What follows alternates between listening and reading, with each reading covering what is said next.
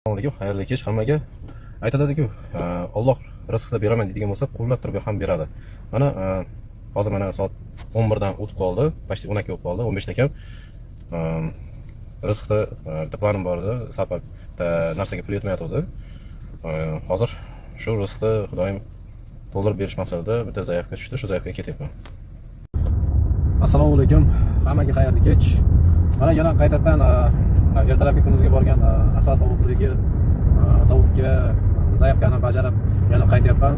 Klient bilan o'zaro spor paydo bo'lib qoldi. Lekin yaxshi yuzimiz yorug'. Muammoni aniq nimadanligini topib berdik. Ya'ni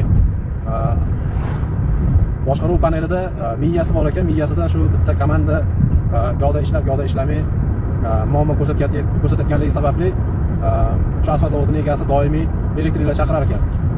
Muammo paydo bo'lganligi uchun tuzatgani. Lekin har safar bir xil muammo, lekin yechim aniq yo'q. Hozir shu yechimni anig'ini biz ko'rsatib berdik. Bu yoq bizni sohamiz emas, elektroshiklar sohasidagi yo'nalish bo'ldi. Klient o'ziga ko'rsatib tushuntirib berildi. Klientlardan bitta narsani iltimos qilib so'rardim. Agarda endi biz ham o'zimizga yetarli darajada tajribamiz bor, bizdan ham tajribali elektriklar bor, lekin biz bitta narsani bilsak, shu kamchilik bor va xato shundaligini iltimos sporlashmanglar.